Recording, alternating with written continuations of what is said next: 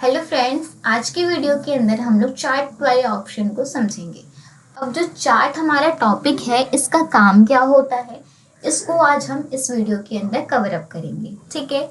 अब चार्ट से आप समझ ही सकते हैं कि जो चार्ट होता है वो क्या होता है। आपको इस इमेज के अंदर तीन मैंने इमेज दे रखी है।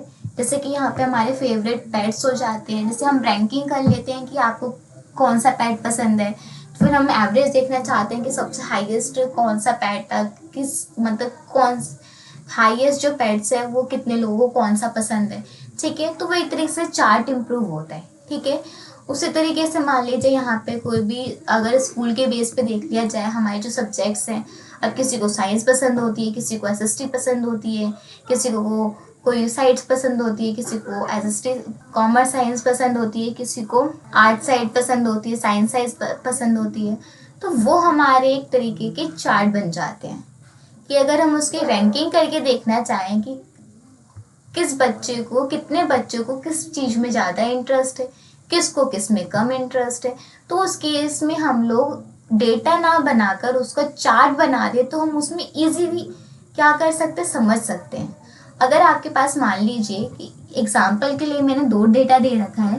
पहला हमने दे दिया एग्जाम्पल 1 में कुछ स्कूल से रिलेटेड दे दिया गया, मतलब सब्जेक्ट से रिलेटेड दे दिए गए। अब सेकेंड एग्जाम्पल्स के अंदर हमें थोड़ी मूवी के अकॉर्डिंग दे दिया गया है। ठीक है, अब यहाँ पे अगर मैं सिर्फ डेटा डेटा रख दूँ, चार्ट को हटा दूँ, तो आप इसको समझ तो लेंगे, लेकिन आपको टाइम लगेगा कि हाँ सबसे हाईएस्ट कौन से स्टूडेंट को किस में ज़्यादा इंटरेस्ट है, कौन से सब्जेक्ट में इंटरेस्ट है।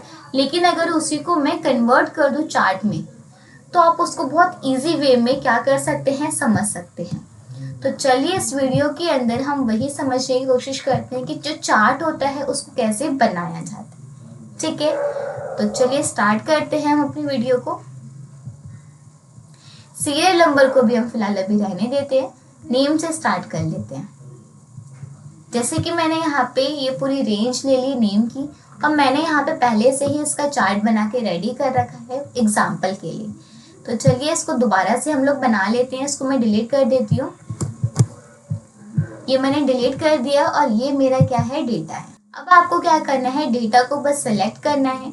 अब मुझे यहाँ पे ये चेक करना है कि कौन से स्टूडेंट को किस सब्जेक्ट में, जैसे यहाँ पे संस्कृत दे रखी है, आर्ट क्राफ्ट दे रखी है, स्टेनो दे रखी है, तो किस स्टूडेंट को किस सब्जेक्ट में कितना इंटरेस्ट है। तो उसके लिए मुझे क्या करना है, एक चार्ट प्रिपेयर करना है। तो आप क्या करेंगे, नॉर्मल डेटा को बस सिलेक्ट करेंगे, आपको जाना है इंसर्ट टैब पे, और यहीं पे आपको एक पूरा ग्रुप मिल जाएगा चार्ट का। ठीक है, आपको जो भी चार्ट चाहिए आप उसको सिलेक्ट कर सकते हैं। आपको यहाँ लाइन चार्ट मिल जाएगा, पाई चार्ट मिल जाएगा, एरिया चार्ट मिल जाएगा, कॉलम चार्ट मिल जाएगा, अलग अलग टाइप के मिल जाएंगे। तो फिलहाल अभी हम लोग यहाँ से कॉलम चार्ट ले लेते हैं। कॉलम चार्ट में भी बहुत सारे ऑप्शंस हैं। कॉलम चार्ट चाहिए आपको, 3D बार चाहिए, 2D बार चाहिए, इस तरीके से। अगर आपको और भी चार्ट चाहिए, मोर कॉलम चार्ट पे टिक कर दीजिए, आपको बहुत सारे ऑप्शंस यहाँ पे मिल जाएंगे। फॉर एग्जांपल मैंने कॉलम पे गई, कॉलम के अंदर ये ऑप्शंस आ रहे हैं। लाइन पे जाएंगे आप लोग तो लाइन पे आपको इस तरीके से मिल जाएंगे। आपको पाई चार्ट चाहिए तो पाई चार्ट के ऑप्शन भी मिल जाएंगे। तो अलग अलग ऑप्शन है, आपको जो भी चार्ट पसंद आता है तो आप वो उसमें सेलेक्ट कर सकते हैं। फिलहाल अभी मैं यहाँ पे ये वाला चार्ट यूज़ कर लेती हूँ। ठीक है, जैसे ही मैंने इसको यहाँ पे सेलेक्ट किया और यहाँ से ओके किया, तो आप देख सकते हैं कि यहाँ पे मेरे पास चार्ट बन के रेडी हो चुका है। और यहाँ पे मुझे बहुत इजी तरीके से पता चल रहा है कि कौन से बच्चे को किस में कितना इंटरेस्ट है। ठीक है, जैसे यहाँ पे संस्कृत है, अब यहाँ पे स्टूडेंट्स के नाम दे रखे हैं। संस्कृत में कितने बच्चों को ज़्यादा इंटरेस्ट है। ठीक है, आर्ट एंड क्राफ्ट में कितना इंटरेस्ट है, स्टेनो में कितना इंटरेस्ट है। ठीक है, तो देखिए स्टेनो के अंदर इसके कितने परसेंट आ रही है, कम से कम 61 तक। ठीक है, और जो आर्ट्स एंड क्राफ्ट है उसकी तो बहुत ज़्यादा ही जा रही है, 92 तक जा रही है। ठीक है, जो संस्कृत है हमारा उसकी थोड़ी कम है। इस तरीके से हम हर स्टूडेंट की जो सब्जेक्ट की इंटरेस्ट है उसके हिसाब से उसको चार्ट प्रिपेयर करके देख सकते हैं। अगर आपका यहाँ पे चार्ट का टाइटल भी लिखना है तो आप वो भी लिख सकते हैं, ठीक है। बाकी यहाँ पे हमने बस नॉर्मल चार्ट बनाना सीखा है। अब हम थोड़ा इसका डिटेल में समझ लेते हैं। अगर आपको यहाँ पे अगर इसका लेआउट पसंद नहीं आ रहा है चार्ट का, तो आप क्या कर सकते हैं, लेआउट वाले ऑप्शन पे जाके इसका लेआउट चेंज कर सकते हैं। मतलब इसका बॉडी स्ट्रक्चर आपको पसंद नहीं आ रहा तो आप उसको अपने हिसाब से चेंज करके देख सकते हैं। फिलहाल तो भी हम नॉर्मली रख लेते हैं अपना जो पहले था। फिर यहाँ पे आता है चेंज कलर। अगर आपको इसका कलर पसंद नहीं आ रहा, इसमें जो कलर लगे हैं वो पसंद नहीं आ रहा, तो आप चेंज कलर पे जाइए। जो भी आपको कलर चाहिए वो आप यहाँ से सिलेक्ट कर सकते हैं, ठीक है। अब जैसे ही वहाँ से उसको सिलेक्ट करेंगे उसके बाद यहाँ पे आपको चार्ट का स्टाइल मिल जाएगा। चार्ट स्टाइल के अंदर आपको किस तरीके से चार्ट का स्टाइल रखना है वो आप सिलेक्ट कर सकते हैं। आप अपना डेटा डार्क में भी रख सकते हैं, लाइट में रखना है तो वो भी रख सकते हैं, ठीक है। ये तो हमारा हो गया चार्ट का स्टाइल कैसे रखना है। फिर आता है यहाँ पे स्विच एंड रो कॉलम।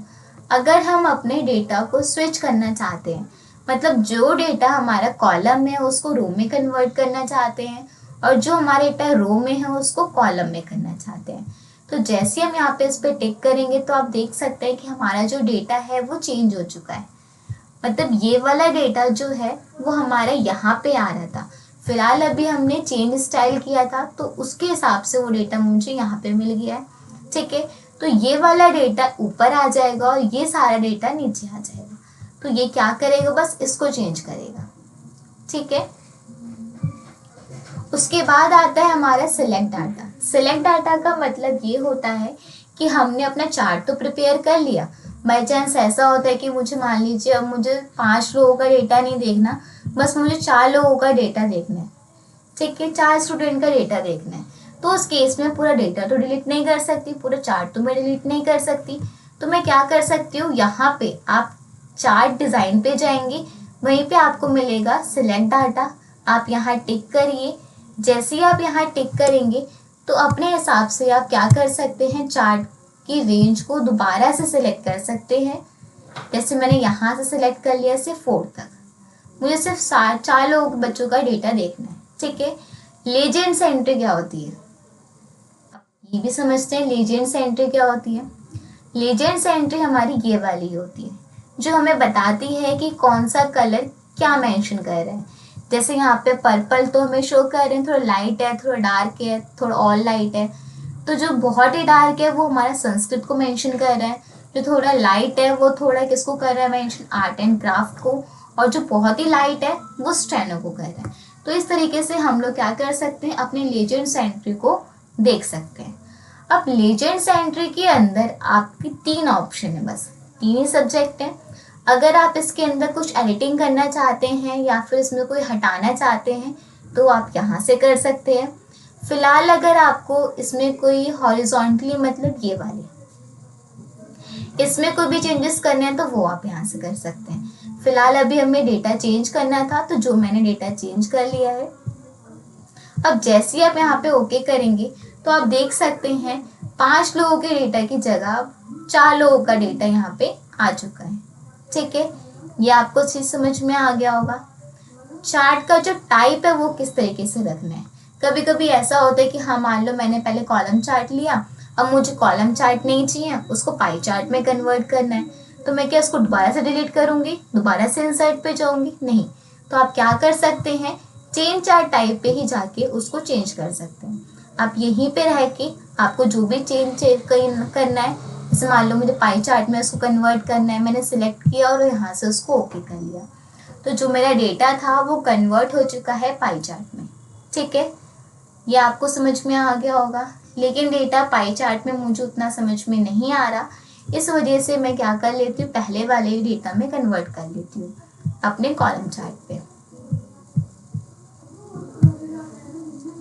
ठीक है। अब यहाँ पे हमारा एक लास्ट टॉपिक रह गया है मूव चार्ट। अब मूव चार्ट का मतलब क्या होता है, अगर ऐसा भी है कि मान लीजिए मेरा ये जो चार्ट है मुझे इस पे नहीं रखना है, इसको मैं किसी दूसरे शीट पे रखना चाहती हूँ, या फिर मुझे अलग से बस चार्ट चाहिए, ये पूरा डेटा हट जाए, तो आप वो भी कर सकते हैं। तो आप क्या करेंगे, आपको यहाँ चार्ट पे जाना है, मूव चार्ट पे। नई अगर शीट पे चाहिए तो नई शीट पे आप टिक करिए और जैसे ही आप ओके करेंगे तो आप देख सकते हैं सिर्फ आपको चार्ट ही मेंशन करेगा और बाकी डेटा हट जाएगा। तो ये आपका हो गया नई शीट, न्यू शीट हो गया। नेक्स्ट आता है अगर आपने कोई भी ऑब्जेक्टिव मतलब एग्जिस्टिंग शीट जितनी भी बना रखी है, अगर आपको उस पर किसी जंप करना है, उस पर किसी शीट पे जंप करना, मान लीजिए मुझे मार्कशीट पे जंप करना है तो मार्कशीट को मैं यहाँ सेलेक्ट करूंगी और जैसे ओके करूंगी तो आप देख सकते हैं जो मेरा डेटा है वो कहाँ आ चुका है, मार्कशीट पे आ चुका है।